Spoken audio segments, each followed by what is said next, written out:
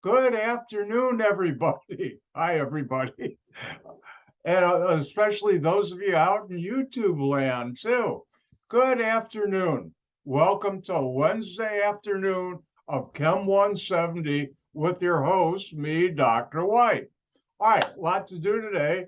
And the first thing I want to do is talk about test number 1. And let me go to D2L.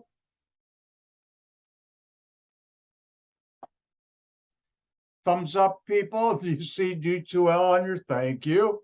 And I posted this morning, wow, 6:30. I'm a morning person if you haven't guessed by now. A week from today, excuse me, on the 21st, we will have test number 1. Test number 1 has 10 pages, 14 problems. Some of the problems have multiple parts. I have never will use a multiple choice in Chem 170. I hate multiple choice, did when I was a student. Did I tell you I teach by my golden rule of teaching? I don't do to my students what I didn't like done to me, and I hate multiple choice with a passion. It's easier to grade, but it's awful. So I don't use them in this class or course. All right, test number 1 will cover alkanes. I could have put down there cycloalkanes, alkenes, double bonds, alkynes, triple bonds, and aromatic compounds. Now, here's the points breakdown for test number 1. 13 points are general knowledge. What would be general knowledge? How many bonds to carbon? I think most of you know that, hopefully by now. Nomenclature. There's 2 main nomenclature questions I can ask. Here's the molecule, give the IUPAC name. And the other is, here is the name, draw the molecule. And finally, reactions. And the bulk of those points will be, give the organic product or products. There'll be 1 synthesis problem. What do I mean by synthesis? Remember, synthesis is the fancy word meaning to make, and that's give the starting materials, reactants, to make this product. There'll only be 1, because they're much harder. And any more is cruel, unusual punishment. And at least as of now, the Supreme Court has outlawed that. Who knows the future, but not now. All right.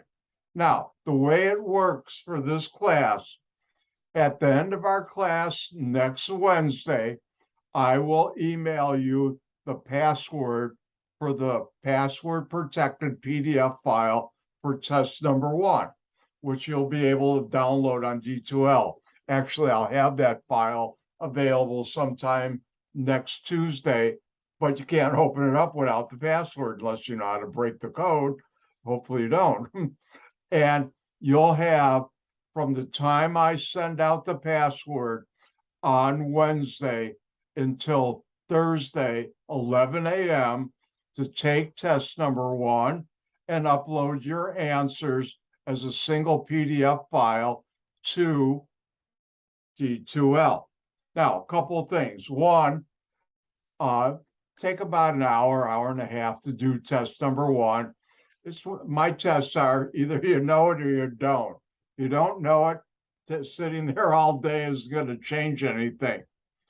2, if you do not have a printer, you're not in a bad situation. Well, maybe for other things, but not my class. And what you should do is, on a piece of paper, write down each problem number and your answer.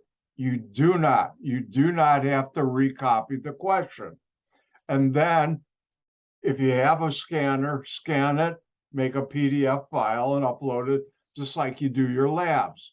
If you don't have a scanner, you can either use something like in Microsoft Word, you can take pictures and make a PDF file out of it, or as I have in the instructions you've seen for the labs, you can do that for the test.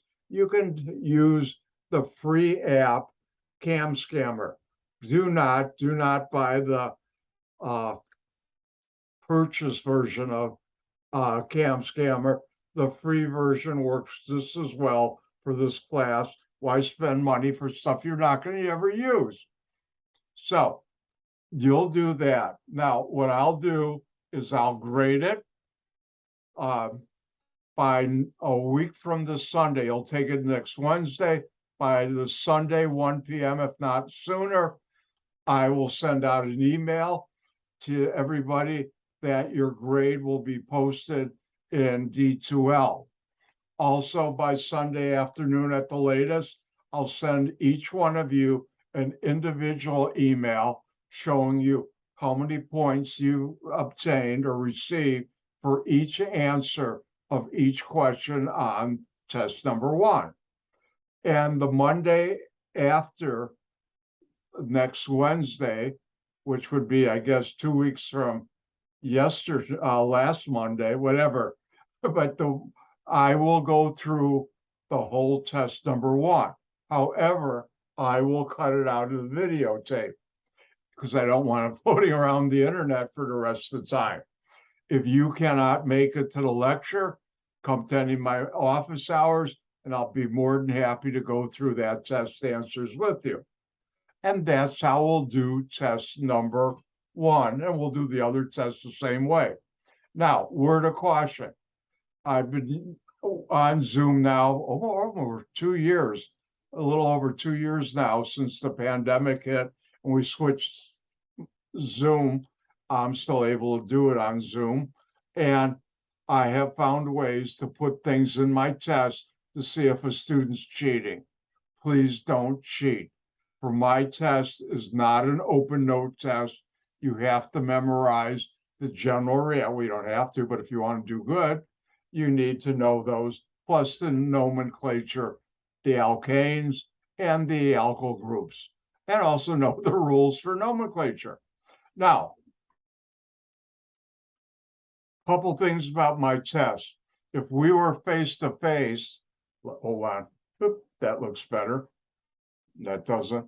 But if we were face-to-face in a classroom, I would give you 50 minutes, same thing on a Wednesday, 55 minutes, because we'd have a lab afterward. And most students on test number 1, usually they're done in anywhere from 35 to 45 minutes the slowest. The way I write my tests, if you've done the practice problems, you should have no problem with test number 1. In fact, after test number 1, you'll understand why I call them practice problems. And the best way to study for all my tests is do the practice problems and look at the review. Next Monday, because we didn't have the test this week, I'll do my world famous review for the next test, which will be test number 1. And that I will leave in the video. And I think I covered all the bases. Oh, one other thing I might have mentioned, but I should mention.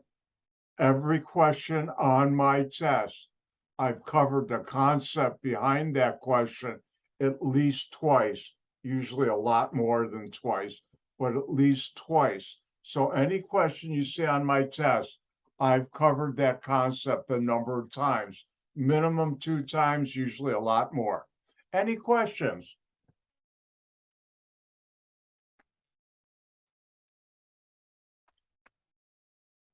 All right. As promised, I said today, I sent out an email. I will teach you now the method I developed a number of years ago, how to eliminate test anxiety. I will cut it out of the video. I like my special effects. Cut it out. I'm even ambidextrous. Ooh, stereo. But anyways, I told you it's Awful Humor Wednesday. I will cut it out. All right, what's this method?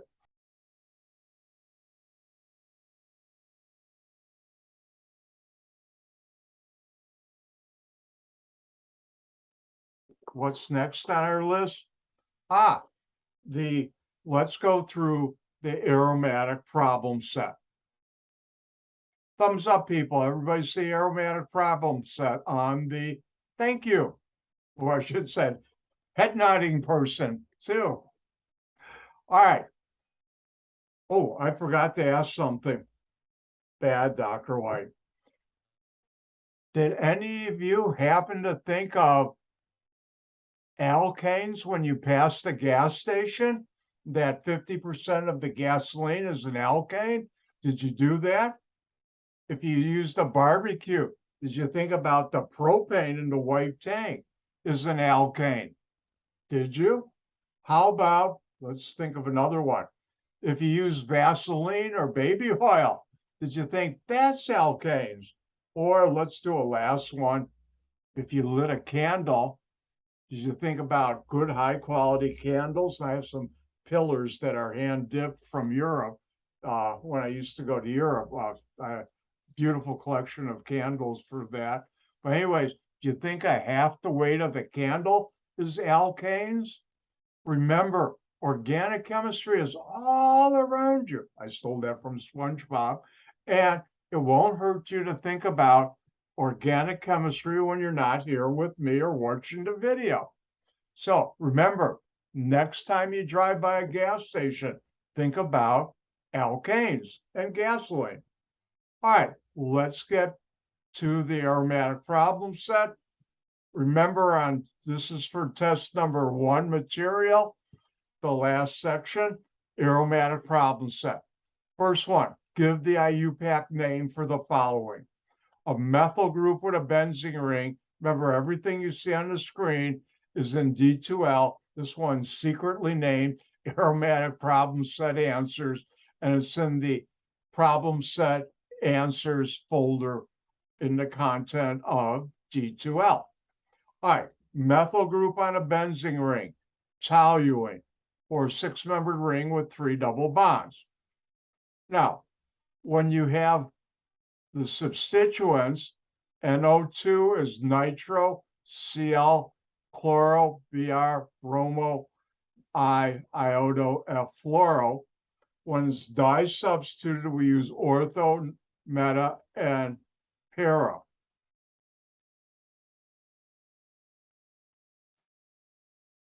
Remember,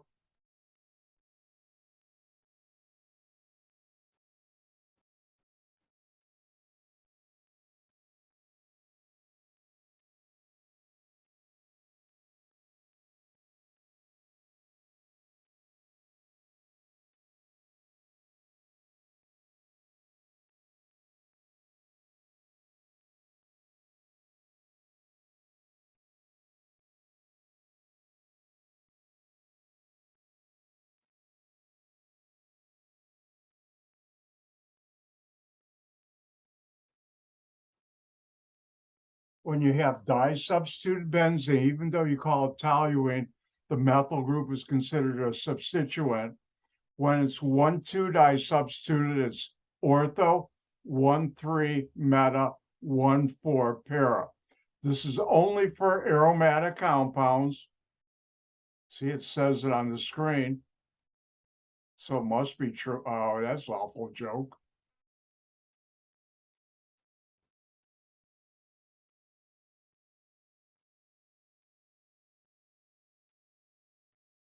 Don't use this for cyclohexane. I'll mark it wrong because it is.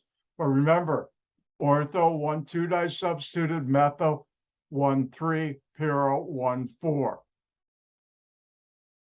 So if we look at this, notice it's 1,2. NO2 is nitro, 1,2 is ortho, so it's ortho nitrotoluene. Now, if we look at C, we have an ethyl group and an isopropyl group on a benzene ring. Remember, 6-membered ring with 3 double bonds alternating single, double, single, double, single, double is called the benzene ring or benzene, not cyclohexatriene. There's no such thing. So don't put that down in a test. And notice this would be para-ethyl isopropyl benzene. Now, since I'm not holding you to the alphabetical rule, if you put down para-isopropyl ethyl benzene, I would mark it correct. And if you look at D, we have 1,3 disubstituted, and that's meta. I have a T-butyl group or tert-butyl and a chloro. So that'd be meta tert-butyl chlorobenzene. or you could have put metachlorotertbutylbenzene. Now, when you have more than two substituents, then you use numbers. And hopefully you all remember when I did trinitrotoluene.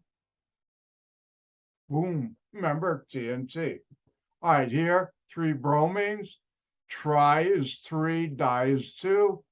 Br is bromo group, and they're on carbons 1, 3, and 5. Now, the other type of nomenclature question, draw the structure for the following. Now, notice I have benzene. That's not where I wanted to go. This is where I wanted to go. And I'm doing this so you don't make this mistake on test number 1. If I say draw the structure of benzene, you can draw it like this. Another resonance form like this, or the delocalized pi. These would all be benzene. If you did this, and I'm going to draw it in red because it's wrong, it even says it on the screen, this is not benzene. It's cyclohexane.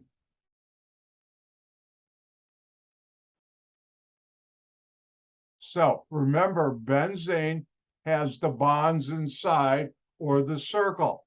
Cyclohexane does not. And when you're doing reactions, remember, if you have a benzene ring, don't forget to put the bonds or circle in the ring. I had a student who's got an A, but first test, she lost something like 12 points because she forgot to do that. Oh, was she mad? And I could understand that, but I warn people. So don't forget, this is benzene, this is cyclohexane. What you show in a structure makes a difference big time what it is. So here's benzene, and this really should have been parachloroethylbenzene. How do you decode this? You start from the right, move left. Benzene, here's my ring. It has an ethyl group and a chloro group, and it's para. Para means 1, 4. Now, you could have put the ethyl group on top and the chloro on bottom. Now, next one, I drew it different than most of you did. I'll show you the way most of you would have done it or did do it. Metabromotoluene. Toluene, methyl group CH3 and a benzene ring. Bromo, Br, bromine, meta 1, 3. This is one way of drawing it, but most of you probably did this.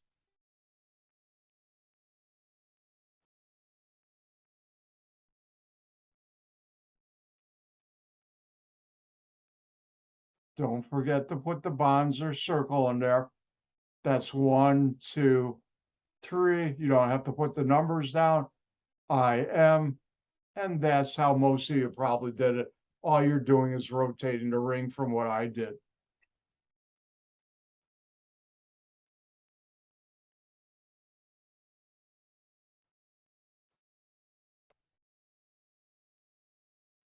And here I forgot the word di, bad Dr. White, but 1-ethyl 2,3-di and propylbenzene. Now here, benzene, I have di means 2 and propyl. They're on carbons 2 and 3, and my ethyl is on 1. And here's how you do it. Now, let's look at reactions. Now, if you remember from Monday, I said all the reactions for aromatic compounds will always start in my class with benzene. Why? The reason is I'm not going to teach in the classroom about directors, but I will teach, I have a lab to show you about it. Therefore, the only 2 reactions I can give for halogenation, I didn't write it down, so I better. And let me just do one thing.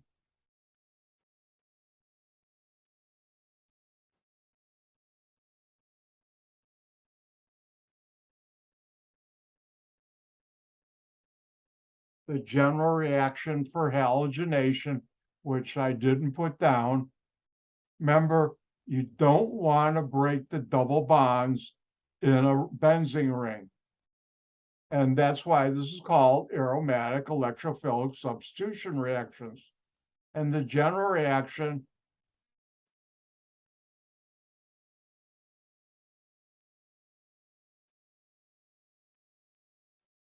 I have a benzene ring reacting with halogen gas and ferric trihalide, where X in real life is this chlorine or bromine.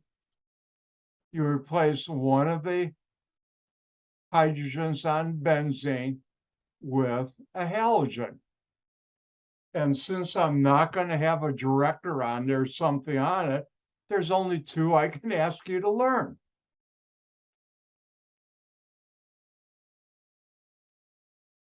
And here they are. If you have chlorine, ferric trichloride, you replace the hydrogen with a chlorine. If it's bromine, bromine. Now, next one I did put, if you take a benzene ring, and what do we have that's different? Remember, on all my tests, hold on, water break. Boy, this is thirsty work. When you look at an organic molecule, look for what's different. What's not carbon, what's not hydrogen, what's not a carbon-carbon single bond should get your attention like this. Did that get your attention? Hopefully it did. All right, so here I have, and one thing I wanted to show you, I mentioned it the other day. You have a general reaction like this.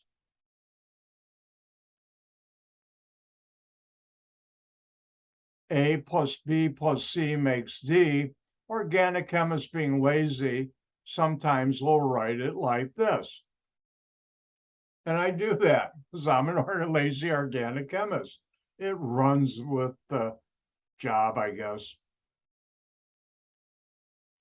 All right, so what's different up here? Ooh, a halogen and methyl group, and you do have aluminum trihalide, where X here is usually chlorine or bromine, and you will make something very special, very rare, a carbon-carbon single bond.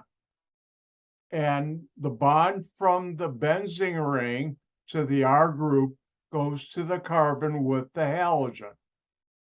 The bond from the benzene ring to the R group, R is like X and Y in math. It's a variable, and this means a molecule with carbons and hydrogens. Be one, it could be 100, it could be 1,000,000.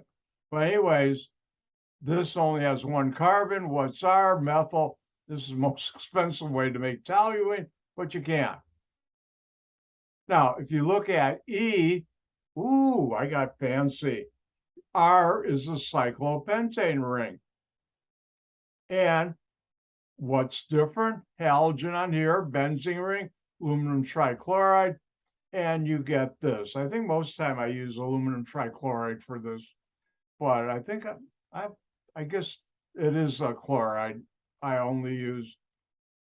But anyways,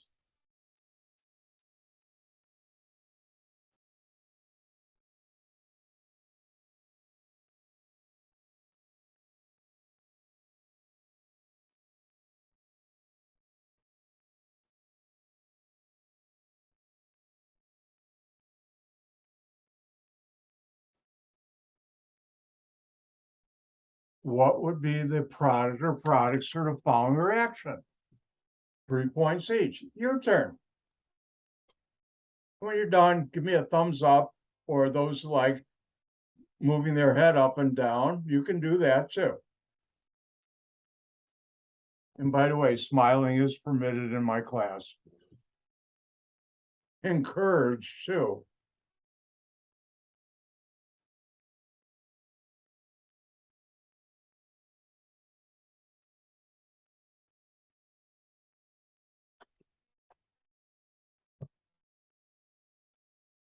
Yeah. Everybody's done, so I better get to work. What's different? Ooh, a benzene ring. And what are we reacting with? Carbon, ooh, a chlorine on it. That's an alkyl halide. And we have aluminum trihalide. And X is usually chlorine, but it could be bromine, I think. And what you get is this molecule where you made that something special, something rare, a carbon-carbon single bond. What's my R group? Isopropyl. So I'm going to have my benzene ring. Now, which carbon of the three carbons has the chlorine? The center one. And that's the one the bond will be from the benzene ring. Remember, I forgot to mention, on test number 1, 2 of your friends, 1, how many bonds to carbon? 4. How many bonds to carbon? 4. And do you break carbon-carbon single bonds? No. That will be your friends. I better put the hydrogens on here.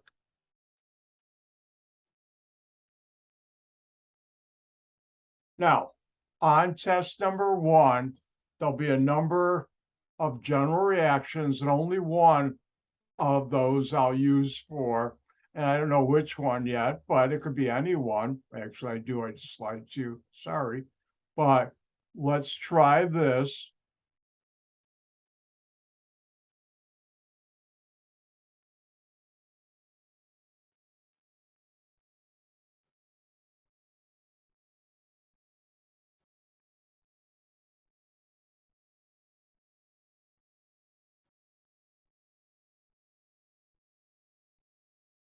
What two things, which is why I have 2 question marks, do you react with aluminum trichloride to make this compound?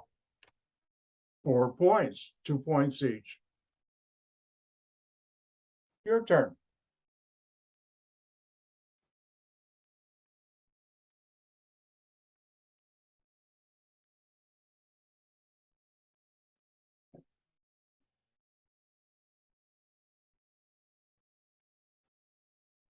And don't forget, later today, we'll do a lab. This is a sad day because it's a fun lab to do in person because you get to smell a lot of neat things. Now you know he's an organic chemist.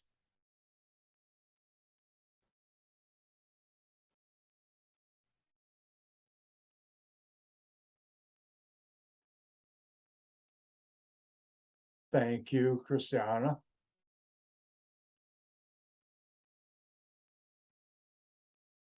And thank you, Andrew. Time to get to work. So what's different here? Well, I've got a benzene ring. That's different. Ooh, I've got carbons on there. And how do we show that? By an R group. And I have aluminum trihalide, where X can be chlorine or bromine. And what do you react? A benzene ring plus alkyl halide. Here's my R group. One of the question marks will be the benzene ring. Now, which carbon is bonded to the ring? This one. That's the carbon will have the halogen on it. You break carbon-carbon single bonds, so if I end up with 4, I better start with 4. Which carbon was bonded to the benzene ring? That one will have the halogen, chlorine, and I know there are 4 bonds to carbon. And there you go. And that's how you do it. By the way, synthesis is a fun part of organic chemistry.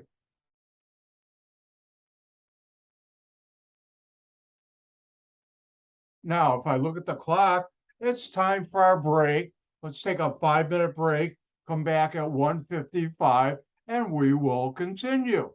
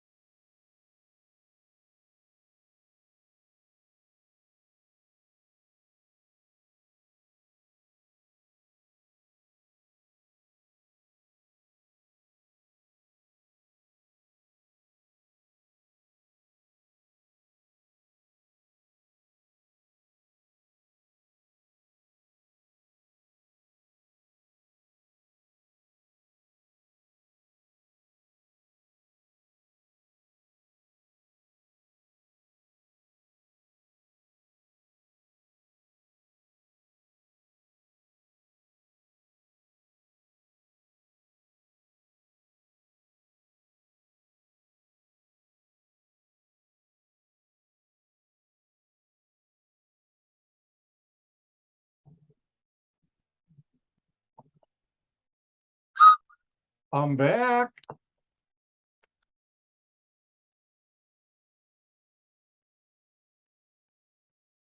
All right, let's finish up with the problem set. Now, if we look at F, F is where you take a benzene ring, react it with sulfur trioxide, SO3, and sulfuric acid, that's H2SO4, and you put on a sulfonic acid group. You don't have to know the name of that, but remember, this is SO3H. Common mistake students do. They see a 4 here on the sulfuric acid, and they put a 4 next to the oxygen here. No, it's a 3. So make sure you don't make that mistake. Now, since I'm not teaching you directors for test number 1, this is the only reaction I can ask you with this reaction. So make sure that's SO3H, not SO4H. And later on, I'll teach you this reaction help make the molecule that's used in your laundry detergent. Just about all of them use the same key molecule. Now, if we look at G, we have a benzene ring with HNO3, that's nitric acid, and H2SO4. And this is nitration. And it puts on an NO2 group, NO2 nitro group. Now, once again, since I'm not going to teach you directors, this is the only reaction I will have or could have with this reagents. Now, common mistake on test 1. Students put NO3. And guess what? I mark it wrong, 0 points. Because no, it's NO2. There's no substituent that exists NO3 in organic chemistry. So make sure this is a nitro group, NO2.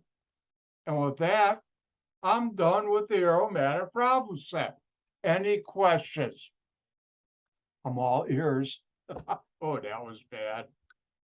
Well, I said it's Awful Humor Wednesday, and I never lie. It is. Even I have to suffer through my bad jokes. All right. With that, guess what time it is?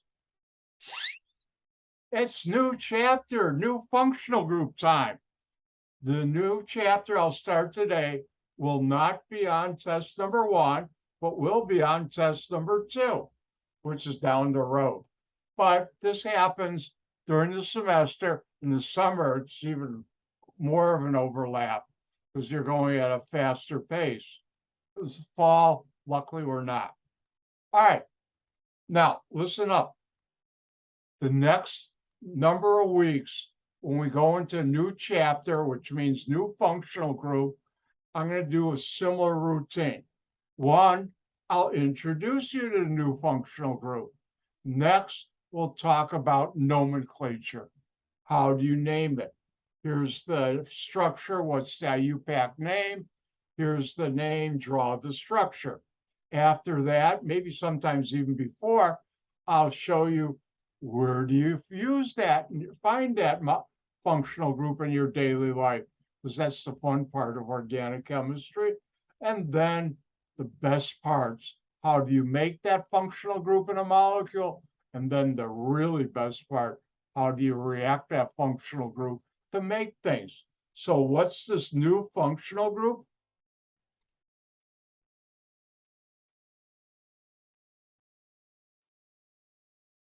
It's the alcohols. Now, this chapter will talk about alcohols, phenols. I know some of you pronounce that phenol. No, it's phenol, and thiols. I do have to tell you, this is going to be an exciting chapter, but part of it really stinks. I have to say that again. Part of it really stinks. You know, like really stinks. But that's part of organic chemistry. So the first question is, what's an alcohol?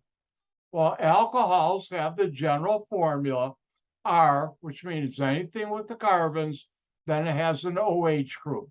OH is called hydroxyl group. hydroxyl group on a carbon is an alcohol. So let's take a look at an alcohol. Not me.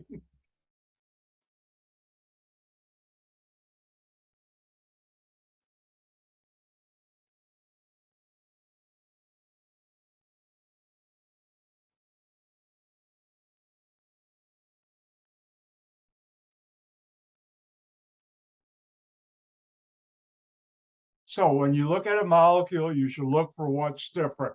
What's not carbon, what's not hydrogen, what's not a carbon-carbon single bond to get your attention like that. Hopefully it did. I think I saw someone look up quick. And we look here, ooh, an oxygen with a hydrogen on a carbon. And what is that? An alcohol. So anytime you have a hydroxyl group, OH, on a carbon, you have an alcohol. I think you've all heard that term in society, but that relates to just one molecule, which we'll talk about later. Now, let's look at this alcohol. How do you name it? What's the IUPAC name? And you'll see, similar to test one,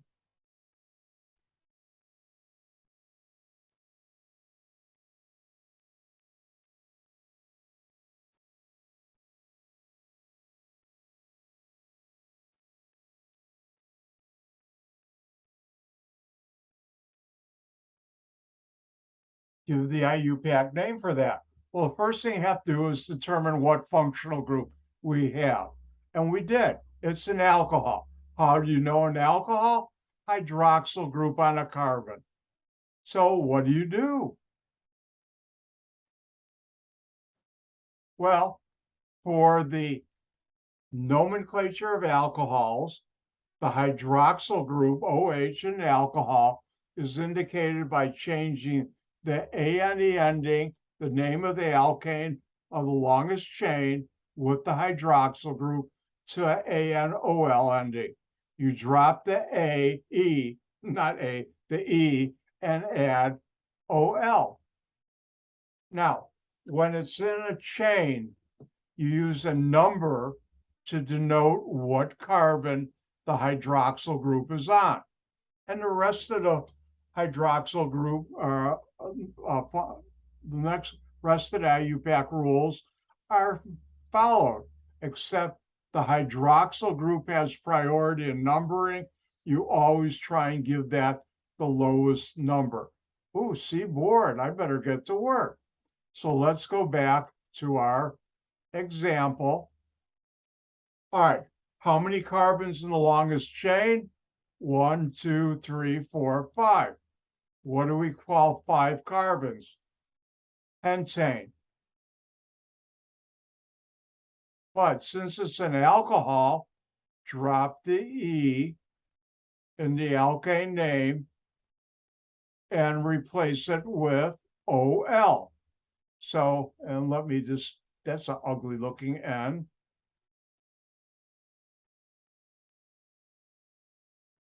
Oh, by the way, on a whiteboard in a classroom, I can do the same thing. And you drop the E, add OL. OL tells you alcohol. Are we done? No. What carbon has the hydroxyl group? OH is hydroxyl group. And we start from the end to give the lowest number. 1, 2. The other way would be 1, 2, 3, 4.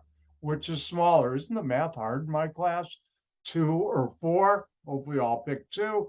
So this would be 2-pentanol. So let's go through it again. You find the longest chain with the hydroxyl group carbon, hydroxyl OH carbon in it. You name it as an alkane. You drop the E and add OL, and then for a acyclic compound,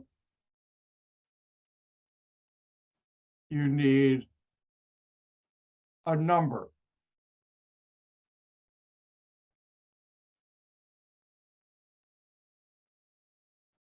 And let's do another one.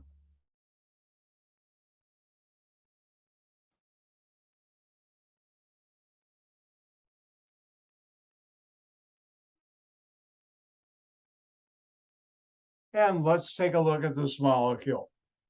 Now, the first thing I'd ask you to do is look at it, and do you see something different? Something that's not carbon, something that's not hydrogen, something that's not a carbon-carbon single bond. And if you're looking at the structure, you'll see, yes, there's an oxygen with a hydrogen on this carbon, and that's an alcohol.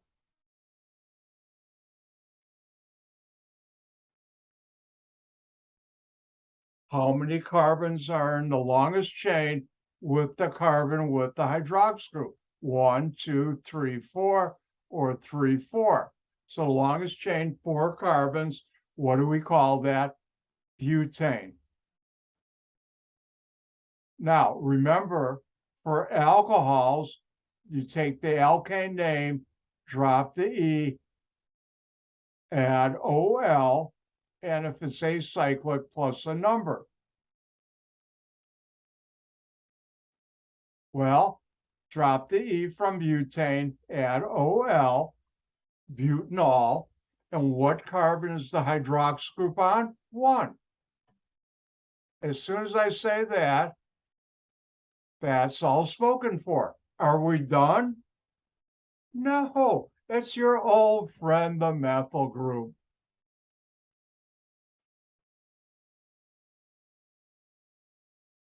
And if this is carbon 1, this is 2, this is 3, the methyl group is on carbon 3.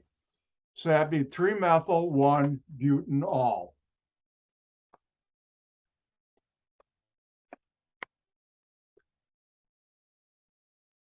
Now, there's one molecule I should show you real quick.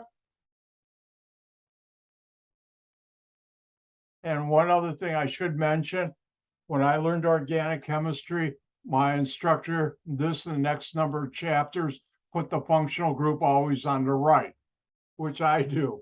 You can put it on the left. All you're doing is rotating at 180 degrees, but good habits I don't change. So I'll be doing that. All right, everybody see on your screen the molecule? Tiny little molecule. Oh, it's an alcohol. Remember, hydroxyl group on a carbon, alcohol. Now, here, how many carbons the longest chain? 2. That would be ethane. You drop the E, add OL. Now, this is the one exception where you don't need a number. It's this ethanol. Why? Because you can't have 2 ethanol. If the hydroxyl group was over here, this carbon would be 1, just like it when it's over here, it's 1. Since everybody knows it's always going to be 1, organic chemists are lazy, we don't have to put that down. Now, this is an interesting molecule, ethanol. If you haven't learned about this, and I'm in no way suggesting you should ever consume what I'm about to talk about, this is a small molecule found in beer, wine, champagne, and hard spirits like the good stuff, Absolute vodka, Grey Goose vodka, or Costco's French vodka. Dr. White loves his vodka. And that's the molecule that if you consume too much, you get inebriated. If you don't know, inebriated is the fancy way of saying getting drunk. And this is the molecule. How that does that, I have no idea. But it does, I know from firsthand experience in my past. So this is ethanol. Now, next time you go in a gas station, look by the pump, and here in Northern Illinois, I think most of the United States, but it will say this gasoline somewhere by the pump contains up to 10% ethanol. And the next time you're with a friend, neighbor, or loved one, and you're in a gas station with that person, you can show them the sign, say, you know, that's the IUPAC name for an alcohol. That's the molecule with the carbon with the hydroxyl group. Don't. People don't want to hear organic chemistry in a gas station, but it's there, and it's the IUPAC name. And now I better share the fun.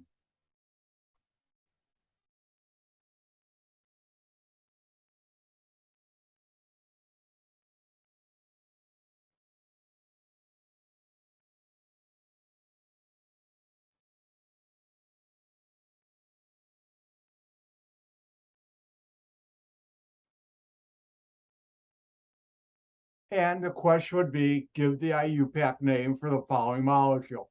While you do that, I'll be right back.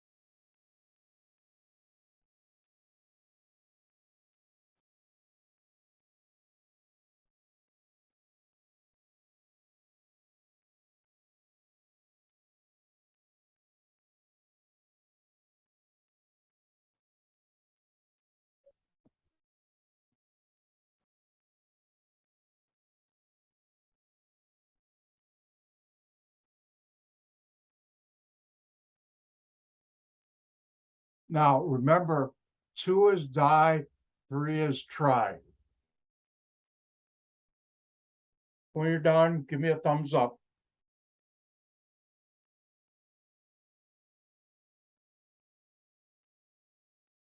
Okay, I better get to work. I see a lot of thumbs up. Thank you. All right. And I should say before I go any further, one, you guys are doing a great job. Thank you. Makes my life pleasurable. And the other thing is, think about how much you've learned in the short time we've been together. Doesn't that feel good? Hopefully it does. All right, let's do the IUPAC name. What's different? Hydroxyl group on a carbon. What do we call that? An alcohol. How many carbons the longest chain with the carbon with the hydroxyl group? 1, 2, 3, 4, 5. 1, 2, 3, 4, 5, 6, or 6. And hopefully you all agree 6 is greater than 5. That's hexane.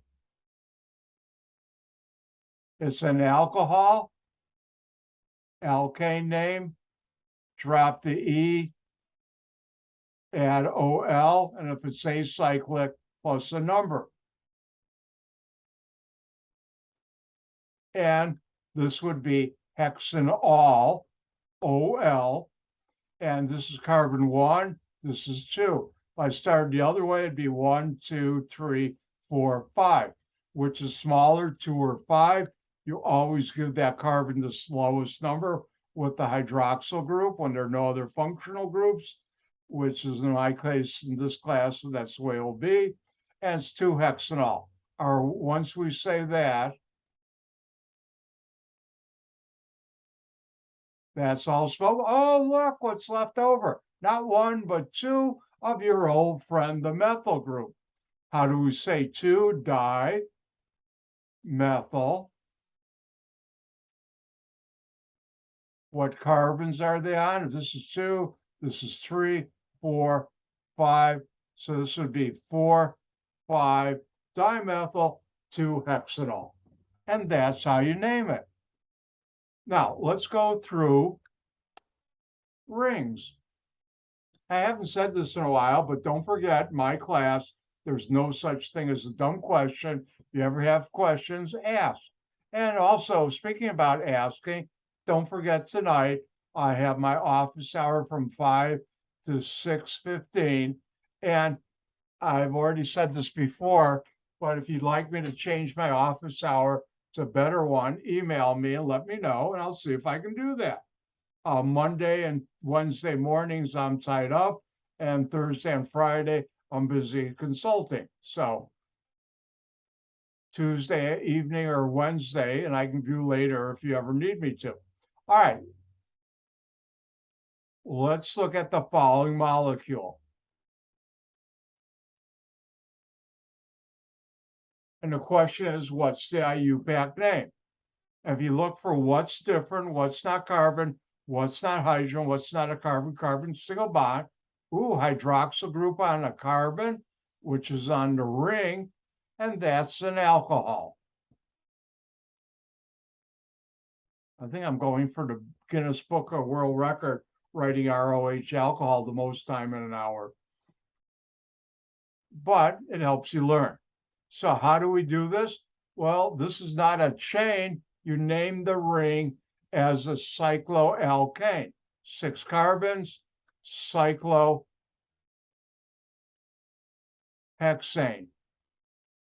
But just like an alkane, alcohol in a ring, drop the E, add OL, cyclohexanol. Now, if there's no other functional groups, which in my lab or class will be true, the carbon with the hydroxyl group in a cyclohexane ring is always 1. Everybody knows that? We're done, because if everybody knows that, you don't have to write it down. So that's cyclohexanol. Now, when you have substituents,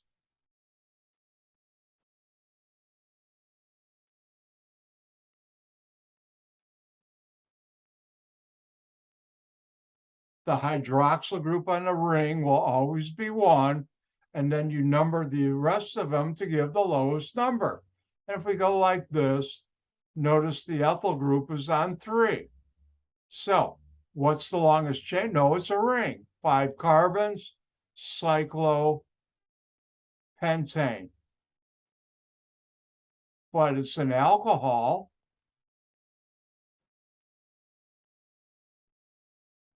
And remember, the ANE is changed to ANOL. Cyclopentene, I drop the E, add OL, cyclopentanol. Am I done? No. On carbon number 3, we have an ethyl group. So that would be 3-ethyl cyclopentanol.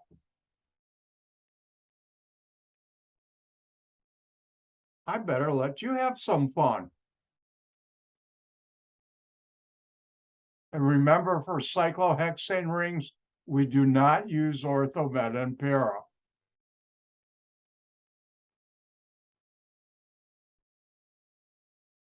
Give the IUPAC name for the following molecule.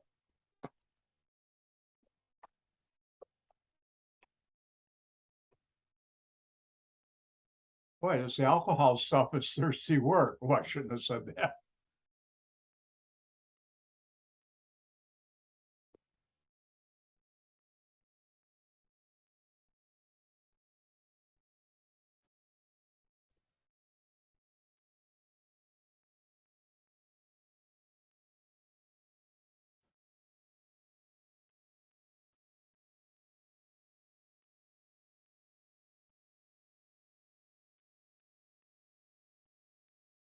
Thank you, Christiana. See, I can be a wild and crazy guy. And thank you, Andrew, on Zoom. I can do that in a classroom too. All right, let's name it. What's different? What's not carbon? What's not hydrogen? Ooh, oxygen, hydrogen, and a carbon. That's an alcohol.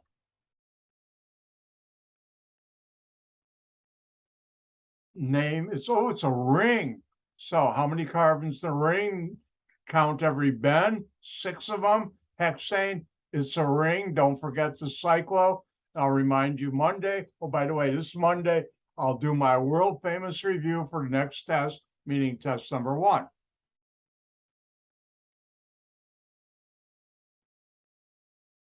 Remember, drop the E, add OL, no number. This is always going to be 1. I have on carbon 4 an isopropyl group.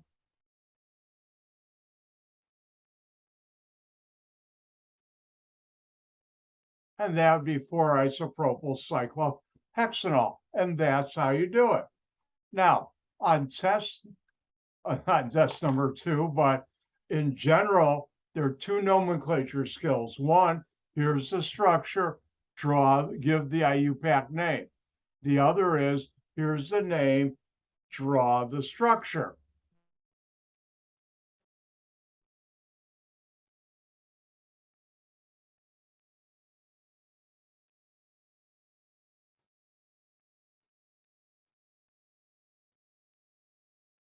So how do you decode this name? And sometime in the future, you might see on something I give to you,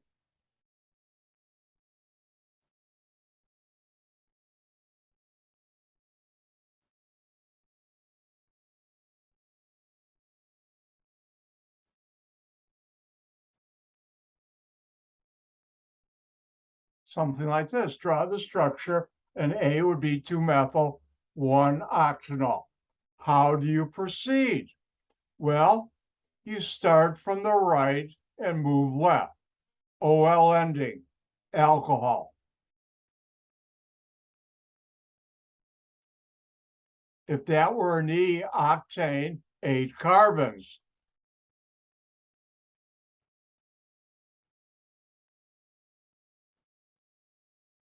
Its hydroxyl group is on carbon 1. Now I'm going to put it on the right. You could have put it on the left too, but I won't because good habits. Then I have, oh, your friend the methyl group, and that's on carbon 2. This is 1, this is 2. And there are 4 bonds to carbon. So it's time for me to put in the hydrogens at warp drive. If I make a mistake, please tell me so I can correct it. Hydroxyl group counts as 1 bond to carbon.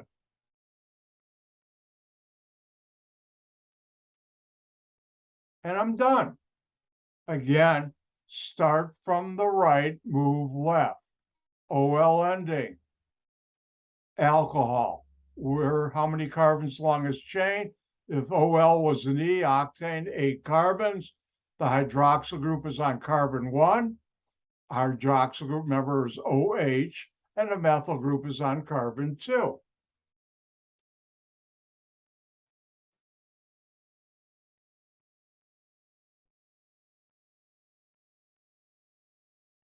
Now, I'm going to be lazy now, and I'm not going to be calling it tert-butyl. I'm going to do like organic chemists do, who are lazy like me, T-butyl.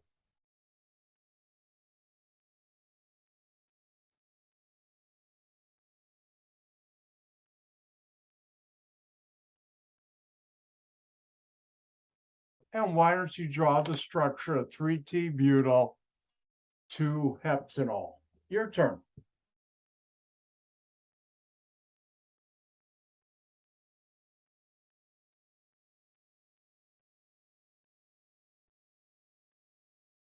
And when we had our break earlier, I got my mail, looked out my weather door, and saw it was nice and sunny and feels good out there.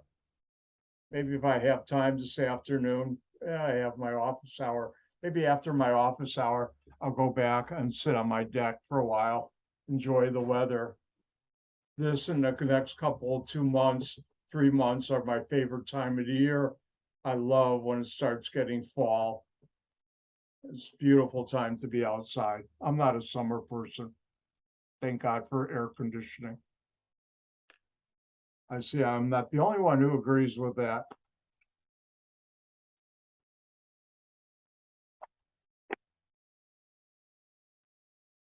Oh, speaking about air conditioning, if you ever know anybody who needs air conditioning or heating replaced, years ago when I had to in the house I'm in, get it replaced, the chairperson of the HVAC program at ECC told me about this great company. I've been using them ever since. They do maintenance, and just email me and I'll give you, it's called Aromatic Furnace, but they're really good. All right, let's draw this. How do we decode this? You start this way. Oh, OL ending, alcohol.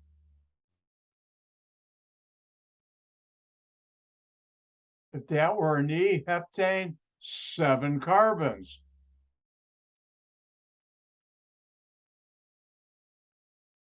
Where is the hydroxyl group? OH on carbon 2.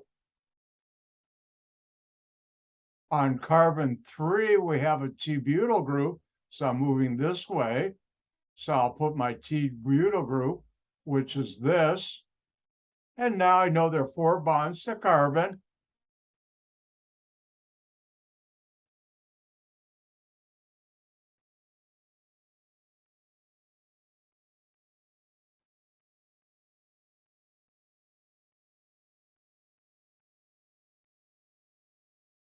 And there's our 3-T-butyl 2-heptanol. Oh, let's do one more. These are fun.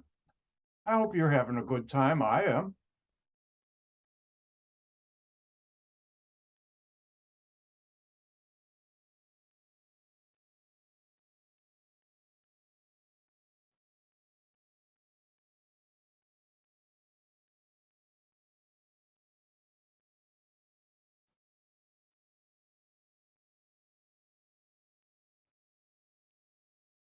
And there we have it. 2-ethyl, 3-methyl cyclohexanol. Please draw the structure, or as we'll say, draw the structure of the following 3 points each.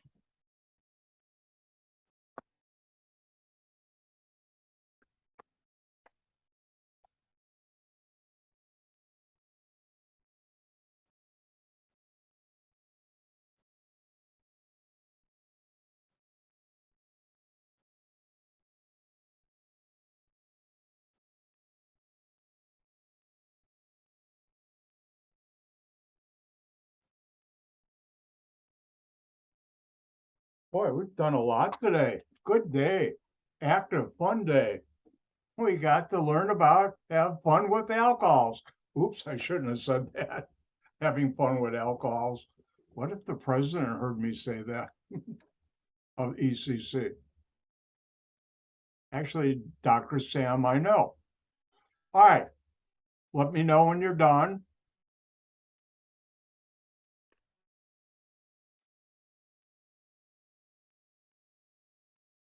All right, let's get to work.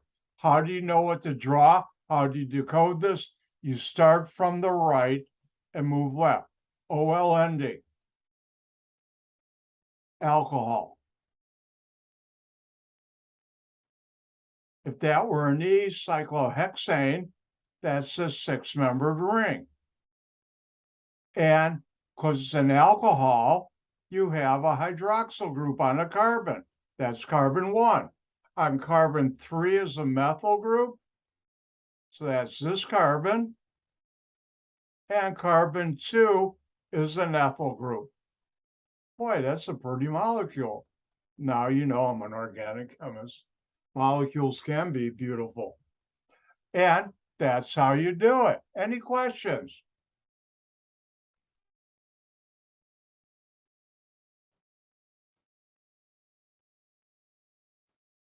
Now, one of the things we'll be getting into more and more, we'll start with this chapter, are common names. Long before IUPAC was ever signed or the rules created, organic chemists, or before that, alchemists, way long ago, were calling molecules by certain names. And those names are still being used. And one place you'll see them is on ingredients labels. Now, I'd like to teach you 3 common names for alcohols. Now, how do you name a common name for alcohol? You name the chain the hydroxyl group is on as an alkyl group, and then add the word alcohol. So I better get to work because it says see board. Now, on the test, I'll never ask what is the common name for this structure. I will ask you, here's the common name, be able to draw the structure. Now, let me draw a few structures. This will take a little while, hopefully not too long.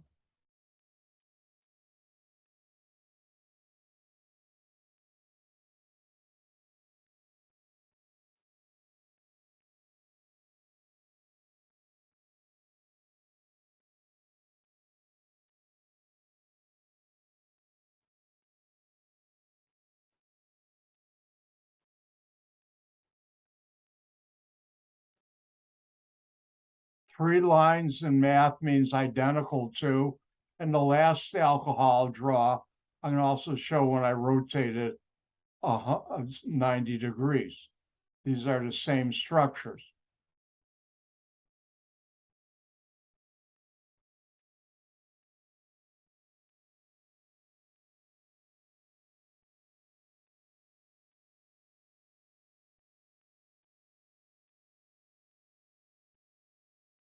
Now, the first alcohol right here, the IUPAC name would be ethanol, which people use.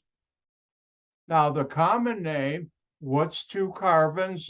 Remember, think of it as ROH. What's the R group? An ethyl group. And this would be ethyl alcohol. And if you look on a bottle of wine, that's where you'll always find the common name, what percent ethyl alcohol is in there. By the way, Dr. White's favorite wines come from Germany, white wines, because I worked there. And the Pierce Porter Golden Trocken Cabernet Spätlese Auslese, which you can buy in Binny's, quite inexpensive because most Americans don't know how good it is. It's a good alcohol. Now, let's look at this one. And, oh, I should use color.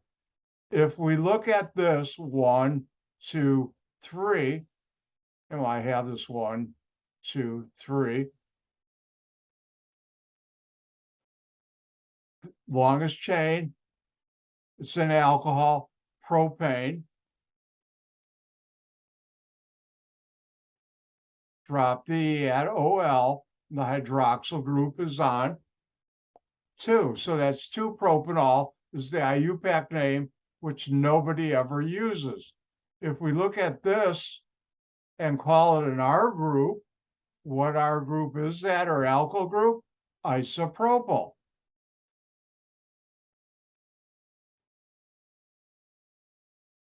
And because it's an alcohol, the common name is isopropyl alcohol.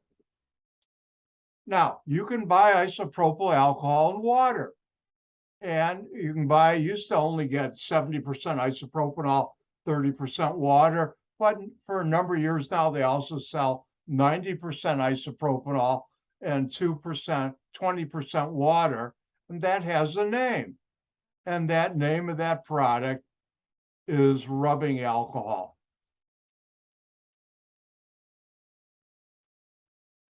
And when the pandemic started, one of the first things I did before the run on it and everybody else did is I went to Walmart and bought a lot of rubbing alcohol because it's a very good disinfectant. Do I have time for a story? I do. Now, how many of you have ever seen a glass thermometer at a doctor's office? You haven't. Well, if you're from my generation, when I was a kid, up to the 80s or so, 1980s, which is probably before all of you were born. Oh, I shouldn't have said that. They had the thermometers you put under your tongue that were glass with mercury in it. And if you went to a doctor's office, I remember when I kid, oh, it's going to taste bad. But anyways, they'd have it in a V-shaped container with a liquid in there. And the liquid in the thermometer container was rubbing alcohol, because any kind of germs or bacteria that you got on there from the last patient, even if you rinsed it off with water, putting it in there and then taking it out and rubbing it with some cotton would kill everything and be safe to put in your mouth. But it tastes awful. Now, the last common alcohol I'd like you to know the name of, we look at this right here, longest chain is 3, the hydroxyl group is on 2, so that's again 2-propanol.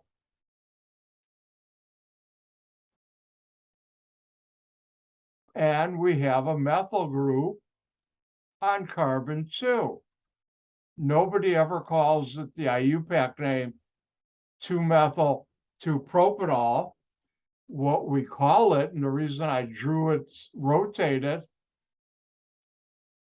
what I just circled right here, what alkyl group do you see? T-butyl group.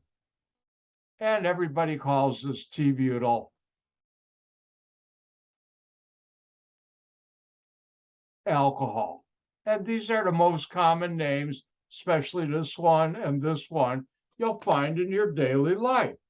And remember, for common names, I'll never ask what's the common name, but if I draw the structure, I might, or put the name down, I will ask you to draw the structure.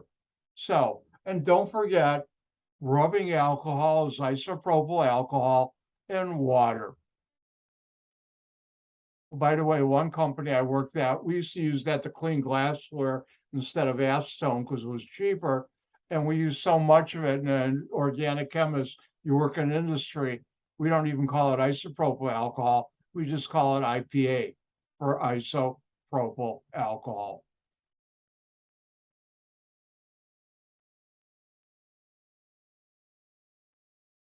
Now, when you have a benzene ring with a hydroxyl group on it, that's not called benzol.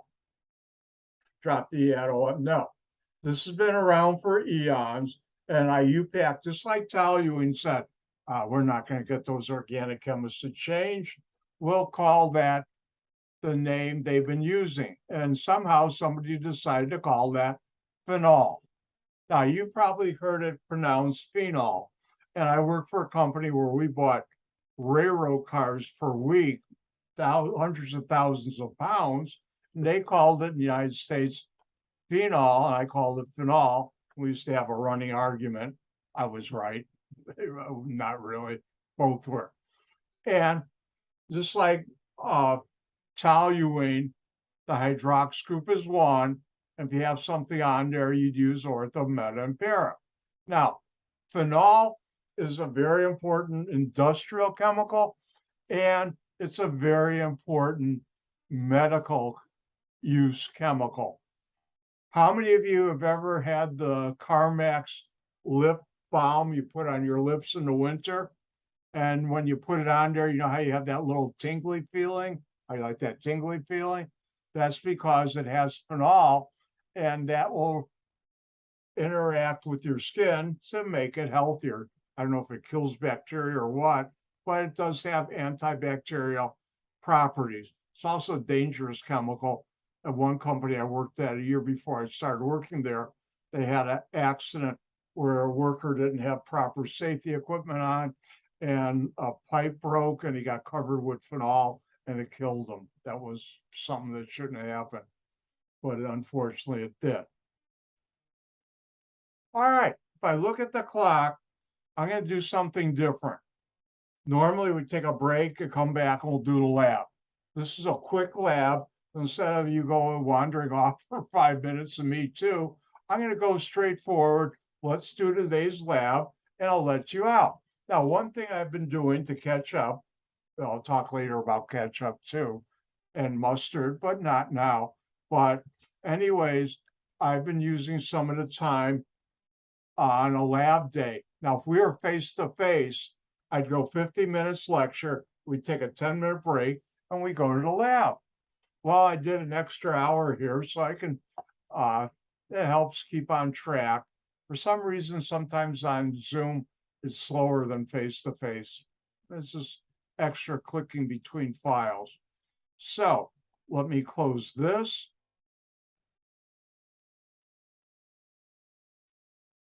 Let me go open the lab.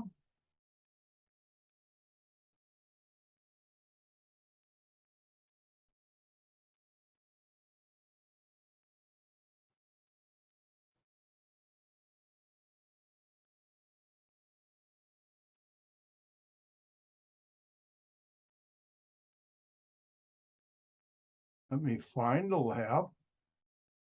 Here we go.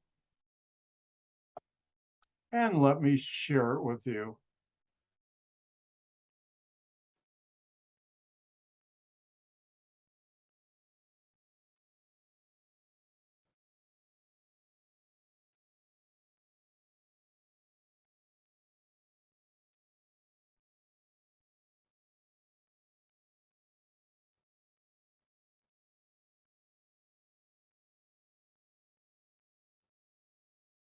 All right, thumbs up, people. Everybody see aromatic compounds lab. Thank you. All right, today's lab is about aromatic compounds. And this is a quick little lab, but it's fun. And some of this you can do at your homes. This is one of the few labs, the only one you really could. Now, aromatic compounds play an important role in our life. They are originally from spices and herbs that we use. And throughout the 1400s to 1700s, wars, yes, wars like between England, Spain, Portugal, were fought over control of spices and herbs and the lands where those were grown. And huge fortunes were made. I don't know if you think about it, but Columbus wasn't looking for America. He was looking for a short route to India and the East Indies to make money bringing back spices. Now, the one interesting thing about many spices, I have here plant extracts, chemicals that come from plants, is they have a common chemical feature, and they contain a benzene ring. Now, some of the molecules are eugenol, isoeugenol, vanillin, benzaldehyde, and trans-cinnamaldehyde. Now, in this lab, you'll be using, if we were face-to-face, a very important, very sensitive analytical instrument, your nose, which is an amazing thing. And I would ask you to smell a number of things. We'd be all together, and I'd be passing with Dr. Daly when he started as the lab manager. I had students rip up paper towels. He actually cut them with a paper cutter, so they were 2 by 2 inch squares. When we're face to face, he does for my class and everybody else's a great job. But anyways, and you smell things. Now, one of the things I've learned, because one of the hardest problems, I'll talk about it later in the semester, millions and millions of dollars were on, if I could solve this problem, about 100 million a year in sales, was things to do with smell and odor. Everybody has, because of their personal experience, a different interpretation. Now, in this lab, if we're in face to face, you smell some cinnamon, cloves, nutmeg, vanillin, which is a solid powder at room temperature. You can, if you have it, vanilla extract, and benzaldehyde, which is a liquid chemical. Now, I'd have you smell these, and I think now, when you're smelling chemicals, don't put the bottle underneath your nose. You're supposed to do like this and safer, and it is. Now, I'm going to ask you, I put one down, clothes. Now, students have always said, and we're in a classroom together, a lot of them will say it reminds them of Christmas ham. Now, the one thing I do is it reminds me of a dentist's office. Why? They're using something a little different now, but similar. If you've ever had an injection, ouch, ouch. But anyway, actually, my dentist is really good, the guy I have now. But if you have a good dentist, they'll put something on your gums before they inject you with the anesthesia. And that's usually oil of cloves. And that's why I think of a dentist's office. Now, I'd ask you to, if you have cinnamon, put down what you think it smells like, nutmeg. If you have any vanilla extract, smell that. And whatever you think it smells like, that's going to be a correct answer. Now, the one you don't have, but I'll help you out, is benzaldehyde. And in the lab, we'd be smelling it now. And benzaldehyde smells like maraschino cherries. Those are the red ones in the red liquid that glow in the dark because they're so heavily chemically treated. They come on top of sundaes. And I remember my sister used to get Shirley Temple drinks when we go out with my parents. And if you smell Dr. Pepper and smell the cherries, I always think of benzaldehyde. I'm a chemist, organic chemist. Also, at the same time, it smells like almonds. And when I smell benzaldehyde, I can smell both the cherries and the almonds. And Dr. White loves his almonds. And if you know about good European bakery goods, almond mascarpone is a very important ingredient. Now, for this lab, you have two questions. One is number one, you can read on your own. And number two, what I'll ask you to do is draw the structure for the key aromatic compound found in the spices that you would have smelled or could smell. And cloves, the name of the molecule you're smelling is eugenol. And cinnamon, by the way, I love cinnamon. My sister hates it, older one with a passion. Well, people can't be all 100% perfect. But anyways, I love cinnamon. Cinnamon and raisins and things, wow. And apples, that's good combination. But anyways, look up trans-cinnamaldehyde. Nutmeg has eugenol. Now, vanilla extract, the chemical that you smell from the vanilla bean, is called vanillin, and finally benzaldehyde. Now, watch closely. At the bottom of the page, I've got an almost invisible question. What's your favorite spice or aromatic chemical? And that's it for the lab. But before I do, I want to share something with you.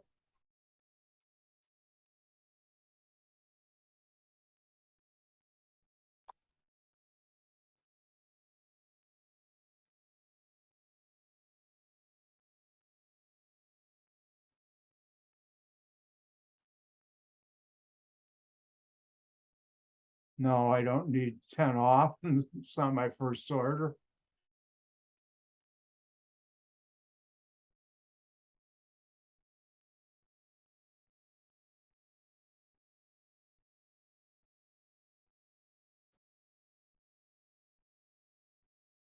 Everybody see on your screen from the Spice House, there's one in Evanston, one in Chicago, same company, same family owns both, or you can just order it online. You see the Madagascar Pure Double Strength Vanilla Extract. This is by far the best you'll ever buy, and it's not cheap.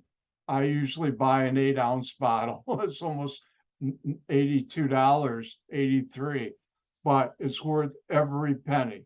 Once you use this stuff, you'll never buy the garbage they sell in a supermarket. And I'm a vanilla extract addict. I love it and things. I'll even put it in water with a little sugar and drink that straight like that. I love my vanilla extract. But that's got an aromatic compound, a benzene ring in it to make it smell like that. And with that, I'm done for today, except unless you come by my office hours later today, I'll be there. So with that, I'll say have a nice rest of the week and weekend. Don't forget, next Wednesday, I'll be giving my test number 1 online. And I talked about that earlier in the video, how to do that. Next Monday, I'll do my world famous review for test number 1. And the best way to study for test number 1 is do the practice problems and look at the review after I give it. And with that, I'll say, remember Yiddish, gehen gesund means going out. And since the pandemic, I've been doing that. That's something my grandmother, Grandma Greenman, used to always say to us when we were leaving her place with my grandfather and grandmother. And I'll say, gehen gesund, goodbye.